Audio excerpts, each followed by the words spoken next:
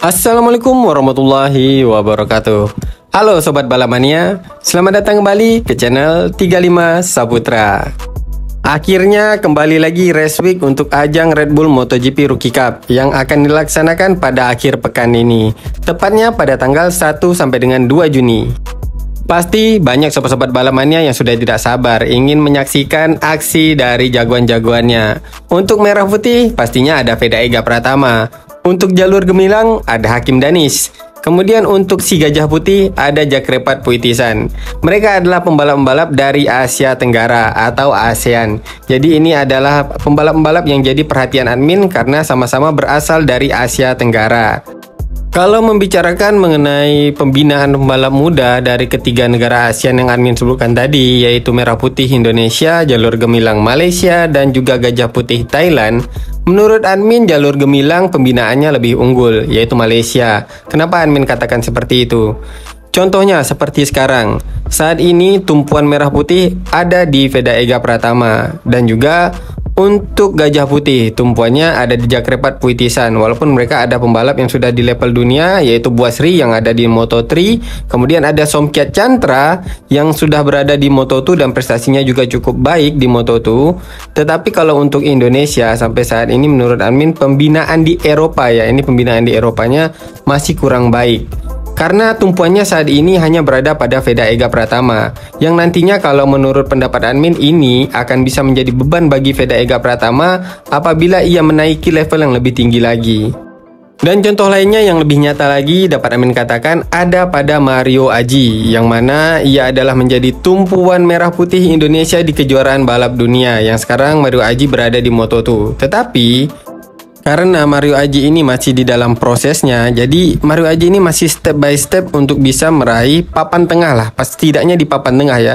Karena memang saat ini bukan hanya Mario Aji, tetapi pembalap-pembalap rookie lainnya yang baru naik level dari Moto3 ke Moto2 juga mereka masih di papan bawah. Namun, masih banyak pendukung dari Mario Aji yang tidak mau memahami hal tersebut. Mungkin mereka mengharapkan hasil ya. Ya seperti kebanyakan orang memang mengharapkan hasil yang baik. Tetapi kita harus mengerti juga bagaimana prosesnya. Ada step by stepnya, ada langkah by langkahnya. Skenario terburuknya apabila memang nantinya Mario Aji tidak bisa mendapatkan hasil yang baik, ya mungkin nanti akan ada generasi seterusnya yang bisa meneruskan perjuangan Mario Aji ini. Percayalah, tidak ada yang akan sia-sia bila memang usahanya itu tetap pada jalurnya. Dan seperti yang Amin katakan sebelumnya, tampaknya untuk tumpuan pada saat ini banyak ditujukan kepada Veda Ega Pratama. Karena memang untuk track record Veda Ega Pratama ini trennya sangat positif. Akan tetapi berbeda halnya dengan negara tetangga kita, yaitu Malaysia. Walaupun sekarang mereka ini memiliki atau tumpuannya ya kepada Hakim Danis di kejuaraan balapan Eropa, yang memang pembinaannya untuk Eropa ini Hakim Danis tumpuannya ini sangat kuat. Tetapi mereka juga tidak berhenti di situ sob. Mereka memikirkan bagaimana agar Hakim Danis ini tidak terlalu terbebani dengan tumpuan yang ada padanya saat ini.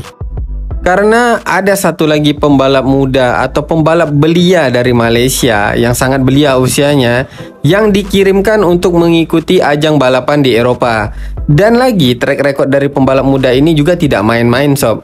Dia ini adalah pembalap yang sudah menjadi juara dunia di kategori mini GP, yang memang ini adalah salah satu kategori balapan baru yang diciptakan oleh FIM MotoGP untuk membina pembalap-pembalap muda yang nantinya bisa terjun di ajang balapan dunia MotoGP.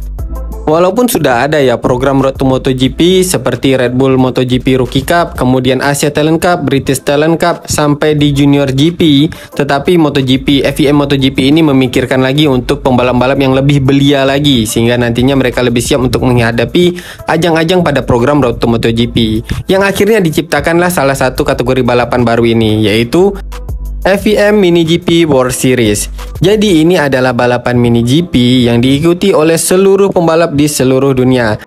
Oke sob, nanti akan Amin lanjut kembali membahas mengenai FIM Mini GP ini dan juga siapa pembalap Malaysia, pembalap belia dari Malaysia yang sudah dikirimkan untuk mengikuti ajang balapan Eropa yang menjadi juara dunia di FIM Mini GP ini. Nanti akan Amin bahas kembali. Tetapi sebelumnya Amin ingin menginformasikan mengenai jadwal Red Bull MotoGP Rookie Cup pada akhir pekan ini yang akan dilaksanakan ronde ketiganya di Mugello, Italia. Ronde ketiga Red Bull MotoGP Rookie Cup di Mugello, Italia akan dimulai pada tanggal 31 Mei yaitu hari Jumat besok, yang dimulai dari sesi free practice ke-1 yang dilaksanakan pada pukul 16.55 sampai dengan 17.20. Dilaksanakan selama 25 menit. Kemudian dilanjutkan sesi free practice kedua pada pukul 21.20 sampai dengan 21.46 menit yang dilaksanakan selama 25 menit juga. Kemudian dilanjutkan sesi kualifikasi selama 20 menit pada pukul 22.40 sampai dengan 23.05. Sayangnya untuk sesi free practice dan juga kualifikasi tidak dilakukan siaran langsung atau live baik di aplikasi Red Bull TV, FB Live maupun di Spotify. Jadi untuk Red Bull MotoGP Rookie Cup ini live-nya hanya pada race 1 dan race 2-nya saja. Kemudian lanjut lagi pada hari Sabtu di tanggal 1 Juni akan dilaksanakan race satunya sebanyak 15 lap yang dilaksanakan pada pukul 22.00.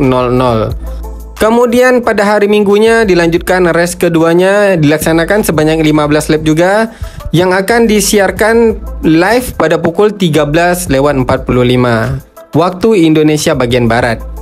Jadi jangan lupa sob dipantau di aplikasi Red Bull TV ataupun ada aplikasi Spotify dan juga di FB Live dari akunnya Red Bull MotoGP Rookie Cup bisa disaksikan untuk siaran live-nya. Dukung pembalap-pembalap jagoan kita dari Asia Tenggara, Veda Ega Pratama, Hakim Danis dan juga Jakirepat Puitisan. Nah itulah dia sob untuk jadwal Red Bull MotoGP Rookie Cup pada akhir pekan ini. Sedikit admin ulas mengenai pendapat yang disampaikan oleh Veda Ega Pratama dari laman Red Bull MotoGP Rookie Cup mengenai hasil race kedua di ronde kedua yang ia jalani di sirkuit Le Mans kemarin. Veda mengatakan, "Saya senang dengan balapannya dan hasilnya," ucap Veda. "Saya dapat bergabung dengan grup terdepan dan itulah yang perlu saya lakukan. Hanya saja di 2 lap terakhir, saya membuat sebuah kesalahan dan tertinggal dari grup dan harus berjuang untuk bangkit pada lap terakhir. Hasilnya bisa saja lebih baik tetapi saya akan belajar dan mencoba untuk melakukannya dengan lebih baik di Mugello." Jadi benar ya sob, Veda mengakui bahwa di Le Mans kemarin di race kedua dia sempat melakukan kesalahan. Padahal pada saat itu kita lihat Veda sudah berada di rombongan terdepan. Kalau tidak salah waktu itu Veda berada di barisan 5 besar. Tetapi karena di 2 lap terakhir Veda melakukan kesalahan, akhirnya pada saat itu Veda mulai tertinggal dari barisan 5 besar dan harus berjuang untuk mempertahankan posisi 6. Akhirnya Veda finish di posisi ke-7. Namun dari pendapat yang disampaikan oleh Veda Ega ini, admin bisa menyimpulkan bahwa Veda sudah mengetahui nih sob, apa yang harus ia lakukan untuk bertarung di barisan depan. Seperti yang Veda katakan, dia menyadari bahwa di 2 lap terakhir dia melakukan kesalahan. Artinya apa? Dengan menyadari kesalahan yang sudah Veda lakukan, ini pastinya akan menjadi amunisi baru bagi Veda Ega Pratama untuk memperbaiki hal-hal apa saja yang harus ia hadapi pada balapan Mugello nanti. Apalagi kalau admin melihat karakteristik dari Veda Ega Pratama ini, dia ini tidak suka menyalahkan keadaan apabila hasil yang ia raih ini kurang baik. Contohnya, pada saat ia balapan di Asia Road Racing Championship di kategori Asia Production 250cc. Pada saat itu, Veda Ega Pratama bersenggolan dengan Muklada, pembalap dari Thailand. Banyak dari sobat balapannya, bahkan admin sendiri waktu itu menyalahkan Muklada karena Muklada terlalu agresif kepada Veda Ega Pratama pada waktu itu. Sedangkan untuk Veda Ega Pratama sendiri di akhir race saat dia diwawancarai, dia malah tidak menyalahkan Muklada. Ia mengatakan ya itu dia melakukan kesalahan sendiri karena ia membuat atau membuka sedikit racing line untuk Muklada, sehingga pada saat itu Muklada mengambil celah tersebut dan menyenggol dirinya, menyenggol Veda Ega Pratama ya, yang menyebabkan Veda Ega Pratama ini terjatuh. Nah, dari situ saja admin bisa melihat sob, karakteristik Veda Ega Pratama ini apa? Dia itu mau belajar dari kesalahannya. Dia tidak mudah menyalahkan keadaan atau menyalahkan orang lain ya sob.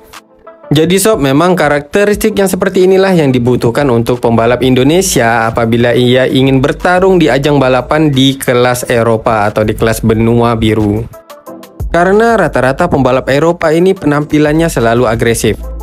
Jadi, kalau misalnya ada pembalap yang diorbitkan untuk mengikuti ajang balapan di Eropa, kemudian ia terlalu menyalahkan keadaan atas hasil yang kurang baik yang ia raih, maka tentu saja ia akan sulit untuk melangkah lebih jauh lagi. Tetapi untuk Veda Ega Pratama, jalannya masih panjang. Semoga saja Veda bisa mendapatkan hasil yang baik di setiap rondenya dan di setiap sesinya. Serta Veda bisa mempelajari setiap kesalahan dari setiap ronde, bahkan dari setiap sesinya. Dan menurut pendapat admin secara pribadi, janganlah kita terlalu berlebihan berharap kepada Veda Ega Pratama, karena biarkanlah ia berproses terlebih dahulu. Oke sob, kembali lagi membahas mengenai pembinaan pembalap muda di ajang balapan Eropa, khususnya untuk pembalap dari Asia Tenggara. Untuk Indonesia sendiri, memang seperti yang admin katakan tadi, tumpuannya sekarang ini ada di Veda Ega Pratama, karena track record Veda Ega Pratama sekarang trennya sedang positif. Tetapi kita tidak boleh juga melupakan salah satu pembalap Indonesia lainnya yang juga berlaga di ajang balapan Eropa, yaitu Fadilah Arbi Aditama.